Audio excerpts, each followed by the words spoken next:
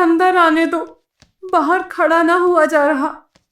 कब से आपका नाम पुकार रही हूं, आप दरवाजा ही ना खोलते। दो बूढ़ी बैठिए दो अपने पास।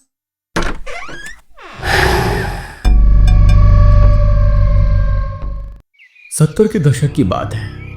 उस दशक में गर्मी के मौसम में अक्सर ही घर के मर्द आंगन में बिस्तर लगाया करते थे। लेकिन जैसे ही मौसम करवट लेता, आंगन और छत दिन ढलते ही सुन पड़ जाते। नवंबर का पहला सप्ताह था।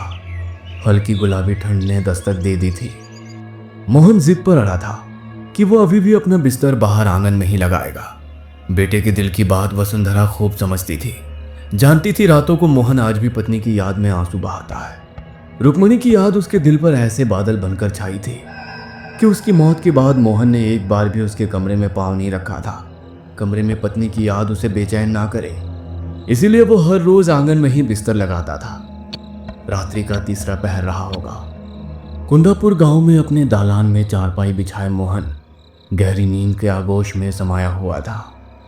मोहन इतनी गहरी नींद में था कि उसे आसपास होने वाली कोई भी हलचल सुनाई नहीं दे रही थी। नींद में उसे अचानक एहसास हुआ कि जैसे किसी ने उसका नाम लेकर उसे पुकारा है। एकाएक ही उसकी नींद टूटती है और वो घबरा कर उठकर बैठ जाता है। मोहन को बाहर आंगन का दरवाजा पीटने की लगातार आवाज सुनाई दे रही थी। इतनी रात को कौन आ गया जो ऐसे दरवाजा पीट रहा है? अरे माँ की तो बड़ी कच्ची नींद है, जरा सी आहट होने पर उठकर बैठ जाती है। आज इतना शोर होने पर भी माँ दिखाई क्यों नहीं दे रही? मोहन हैरान परेशान होते हुए दरवाजे की ओर कदम बढ़ाता है। तभी उसे पीछे से किसी की आवाज सुनाई देती है। कहाँ जा रहा है इतनी रात को? मोहन ने पीछे मुड़ के देखा तो पाया उसकी माँ वसुंधरा ठीक उसके पीछे खड़ी हुई थी। कब से कोई दरवाजा पीट रहा है, मेरा नाम लेकर भी पुकारा कई बार। दरवाजा खोलने जा रहा हूँ। मेरी तो आज बड़ी गहरी नींद लगी थी। आपको भी आवाज नहीं आई थी क्या? कैसी बात कर रहा छोरा? कौन इतनी रात को दरवाजा पीटेगा?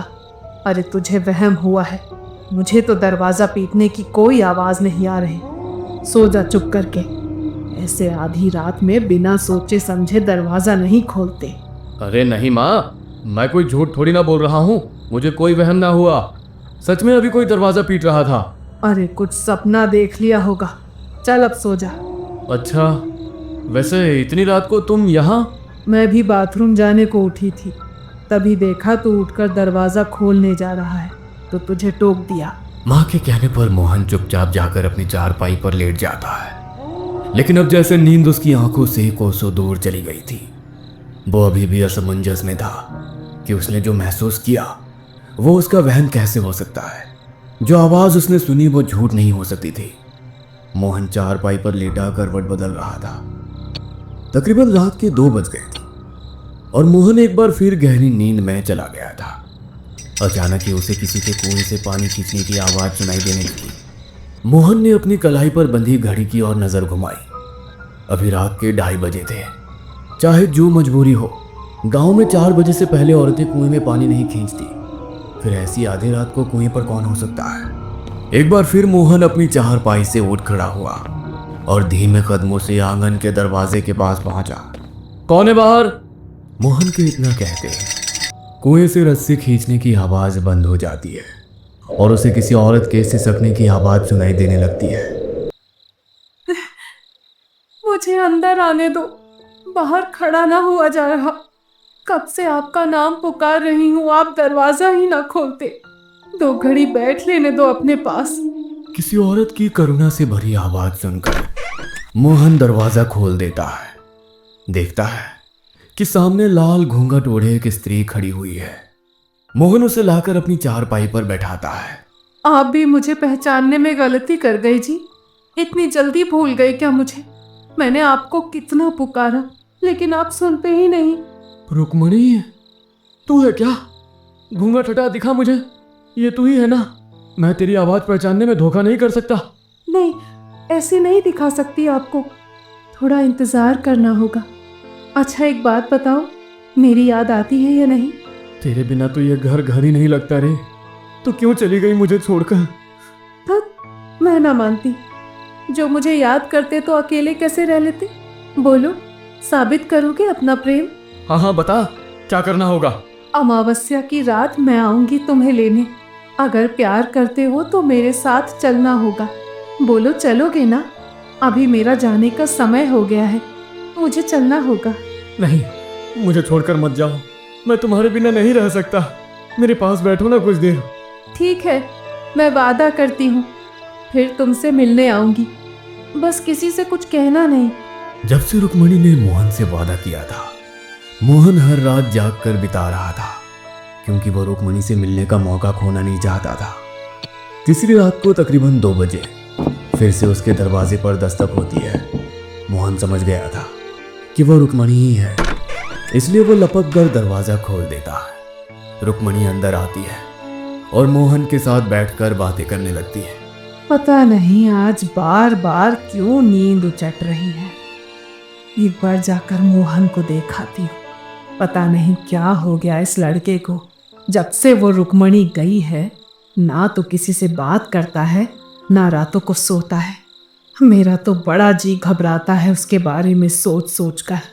मोहन की माँ बाहर आंगन की तरफ आती है तो देखती है कि मोहन चारपाई पर बैठा हुआ है।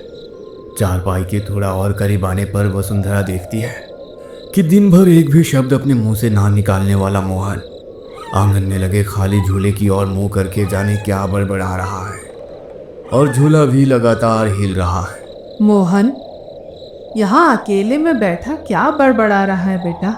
चल अंदर चल, ठंड बढ़ रही है, यहाँ तबीयत खराब हो जाएगी। माँ, मैं अकेले नहीं था, वो रुक्मणी है ना यहाँ, उसके साथ बातें करते रात बड़े आराम से कट जाती है। क्या?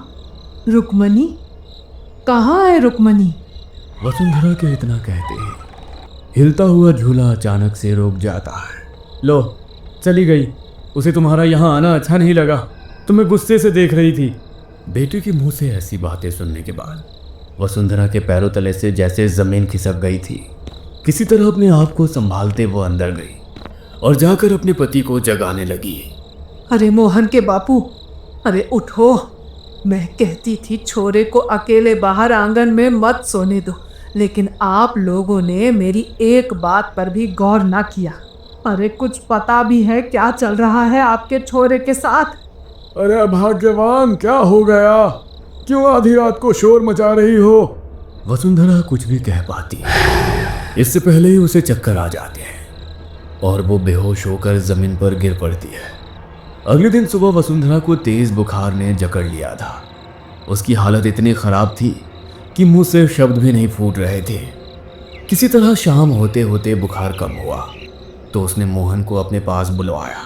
मोहन, आज के बाद तू बाहर आंगन में नहीं सोएगा, और मैंने पहले भी कहा है, तू हनुमान चालीसा का पाठ किया कर बेटा। तू सच सच बता छोरा, क्या सच में तुझे वो रुक्मणी दिखाई देती है? माँ, जीते जी तूने उसे चैन से रहने ना दिया, अब मरने के बाद तो उसे चैन लेने दे। और मैं बता रहा हूँ, अगर मेरे और रुक्मणी के बीच में आप लोग आए ना तो अच्छा ना होगा। वैसे भी बस 1 हफ्ते की बात है, उसके बाद मैं यहाँ नहीं रहने वाला। क्यों? कहाँ जा रहा है? तू बावला तो नहीं हो गया है? जा रहा हूँ अपनी रुक्मणी के साथ। वैसे भी मेरा मन नहीं लगता अब इस घर में, जहाँ वो रहेगी मैं भी वहीं रहूँगा। होश में आ छोरा, लुगाई के गम में बावला हो गया है क्या? कुछ होश है तुझे? क्या कह रहा है? अरे मर चुकी है रुक्मणी, और मरे हुए के साथ मरा नहीं जाता। अब वो तेरी लुगाई नहीं, एक प्रेत है। खबरदार जो मेरी रुक्मणी के लिए कुछ कहा तो। अचानक ही मोहन की आंखें सफेद हुई और उसका चेहरा बदला बदला सा लगने लगा। दोहरी सी आवाज में उसने कहा, जब ये मेरे साथ जाना चाहता है तो तू बीच में क्यों आ रहा है? दूर रह वरना पछताएगा। मोहन का ये रूप देखकर घर में सभी सदमे में आ गए थे। उसके बाद किसी की भी मोहन से एक भी शब्द कहने की हिम्मत ना हुई। कुछ देर बाद मोहन थोड़ा सामान्य हो गया था, लेकिन उसके चेहरे पर एक अजीब सी बेचैनी दिखाई पड़ रही थी। अगले 2 दिनों तक मोहन ने ना किसी से बात की, ना ही कुछ खाया पिया। बस बेचैनी में वो हर समय अपनी उंगलियां आपस में रगड़कर अपने कमरे में चहलकदमी करता रहता और रात में सबके सोने के बाद आंगन में अपनी चारपाई लगा लेता। छोरे के रंग ढंग देख रहे हैं जी आप? अरे पूरी तरह से उसके बस में हो गया है। अरे लगता ही नहीं है कि हमारा छोरा है ये। अरे मुझे तो लगता है सच्ची में ले जाएगी हमारे छोरे को वो। कुछ करो, नहीं तो हाथ धो बैठोगे उससे। रुक्मणी मोहन की पत्नी और वसुंधरा की बहू थी। 16 की उम्र में ब्याह कर वसुंधरा के घर आई थी। ससुराल में पति मोहन से प्यार तो मिला, लेकिन सास की नजरों में वो हमेशा खटकती रही। कारण था रुक्मणी का निसंतान होना। ब्याह को 13 बरस बीत गए थे, लेकिन अभी तक कोई खुशखबरी सुनाई नहीं पड़ी थी, जिसके कारण सास वसुंधरा बहू को खरी खोटी सुनाने में कोई कसर नहीं छोड़ती थी। रुक्मणी और मोहन की शादी की सालगिरह थी। रुक्मणी आज 16 श्रृंगार करके बिल्कुल दुल्हन की तरह तैयार हुई थी। मोहन और रुक्मणी अभी पूजा करने मंदिर जा ही रहे थे कि वसुंधरा ने एक बार फिर बहू को कोसना शुरू कर दिया। बूढ़ी घोड़ी लाल लगाम, 13 बरस में एक औलाद तो पैदा न कर सकी, बस दुल्हन बनवा लो इसे रोज। मेरे तो भाग्य फूट गए। ऐसी सूखी बेल मैंने अपने आंगन में लगाई कि मेरे घर की हरियाली को ही खा गई। अरे ऐसी कौन सी खुशी दे दी तूने ब्याह करके जो तेरी सालगिरह मनाऊं मैं? दुल्हन बनी घूम रही है मनहूस कहीं की। अरे मैं तो कब से कह रही हूँ दूसरी शादी करके अपनी वंश बेला आगे बढ़ा ले, लेकिन ये छोरा तो जैसे लुगाई के बस में हो गया हो पूरा। मैं तो कहती हूँ मर भी जाती ना तो भी मेरा पीछा छूटता। दूसरी बहू लाती तो कम से कम बच्चों की किलकारी तो सुनने को मिलती। तेरे जीते जी तो ये छोरा मानेगा नहीं दूसरे ब्याह को। सास का कहा एक एक शब्द आज रुक्मणी के सीने को छलनी कर रहा था। उस पर भी मोहन की चुप्पी उसके सब्र का इम्तिहान ले रही थी। रुक्मणी ने ठहर कर एक पल को पति की ओर देखा और घूंघट में मुंह छिपाकर रोने लगी। जब सास के ताने उसके बर्दाश्त से बाहर हो गए तो रुक्मणी घर से निकली और जाकर सीधा कुएं में कूद गई। जब कहीं घंटों तक भी रुक्मणी घर में दिखाई ना दी, तब चारों ओर सब उसे ढूंढने लगे। अचानक ही मोहन की नजर कुएं में तैरती उसकी लाल चुनरी पर पड़ी तो उसके मुंह से चीख निकल गई। वो आखिरी बार था जब किसी ने मोहन के मुंह से आवाज सुनी थी। उसके बाद तो मोहन ने ऐसी चुप्पी साधी कि बात करना ही बंद कर दिया। मन ही मन मां वसुंधरा भी बहू की मौत से बहुत दुखी थी। गुस्से में वो रुक्मणी को हमेशा ही बहुत कुछ कह दिया करती थी, लेकिन वास्तव में वो ऐसा कभी कुछ नहीं चाहती थी कि रुक्मणी ऐसा कोई कदम उठा ले। मोहन को रुक्मणी की मौत का ऐसा सदमा लगा था कि वो रुक्मणी की मौत का जिम्मेदार खुद को ही समझने लगा। रुक्मणी की मौत के बाद उस कुएं के पास अजीबोगरीब घटनाएं घटने लगी। कभी वहां से किसी के चीखने की आवाज सुनाई देती तो कभी कुएं के पास खून की छींटें दिखाई पड़ती। कभी खून से सने पांव के निशान मिलते तो कभी कुएं का पानी लाल हो जाता। गांव में दबी जुबान से ये बात होने लगी थी कि वसुंधरा की बहू की मुक्ति नहीं हुई है और अब वो एक प्रेत बन गई है जो अपने होने का एहसास करा रही है। पूरे परिवार में डर का माहौल बन गया था। ऐसे में मदद मांगने वसुंधरा और उसका पति एक तांत्रिक के पास जाते हैं। आपकी बहू की असमय मृत्यु हुई है, इसमें कोई संदेह नहीं कि वो एक प्रेत बनकर आपके घर के पास मंडरा रही हो। क्योंकि वो कुआं आपके घर के अंदर ही है, इसलिए सबसे पहले तो आप उस कुएं को घर की 4 दीवारी के बाहर कर दो। बाबा की बात सुनकर घर का दरवाजा गिराकर कुएं की दूसरी ओर से दरवाजा बनाया गया। अब घर के दरवाजे से कुछ ही कदम की दूरी पर ही कुआं था। सबके मन में डर तो अभी भी था, किंतु बाबा के ऊपर यकीन करने के अलावा फिलहाल कोई और चारा नहीं था। जब से दरवाजा बनवाया था, कुएं के पास होने वाली घटनाएं जैसे थम सी गई थी। वसुंधरा भी जैसे निश्चिंत हो गई थी। अब शायद रुक्मणी की आत्मा उन्हें नहीं सताएगी, लेकिन जिस दिन से उसने अपने बेटे मोहन को रुक्मणी से बातें करते देखा था, उसकी रातों की नींद और दिन का चैन गायब हो गए थे।